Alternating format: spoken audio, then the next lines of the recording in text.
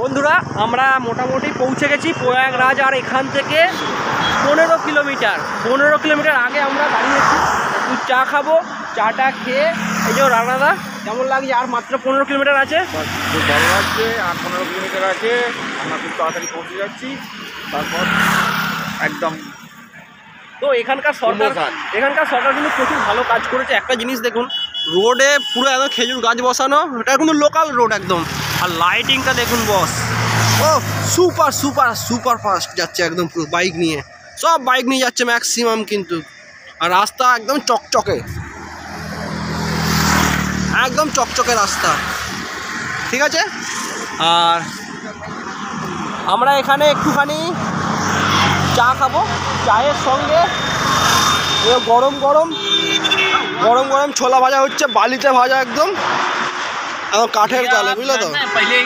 এদিকে কাঠ প্রচুর সস্তা, জঙ্গল প্রচুর আছে। আর এই যে কাকার কাছে আমরা একটু চা খাবো, এখানে চা খেয়ে 2-5 মিনিট বসবো, তারপরে এখান থেকে কিন্তু আবার বেরিয়ে পড়বো, ঠিক আছে। আমরা এখান থেকে বেরিয়ে পড়বো, আর বেশি দূর নেই। তো দেখতে থাকো, মানে দারুণ ভিডিও আপনাদেরকে দেখাবো। তো প্রয়াগরাজের লাস্ট টাইমে কী হতে চলেছে বা কী হচ্ছে বা কেমন আছে এখন প্রয়াগরাজের লাস্ট অবস্থায়, আমরা লাস্ট অবস্থায় আজকে এসেছি চান করতে। তো দেখা যাক, গাড়িগুলো শুধু আসছে দেখুন।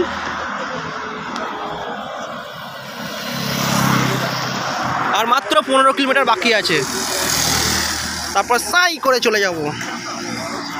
খুব ভালো লাগছে, এত কাছে চলে এসেছি। এখন তার ইচ্ছা কখন চান করতে পারি।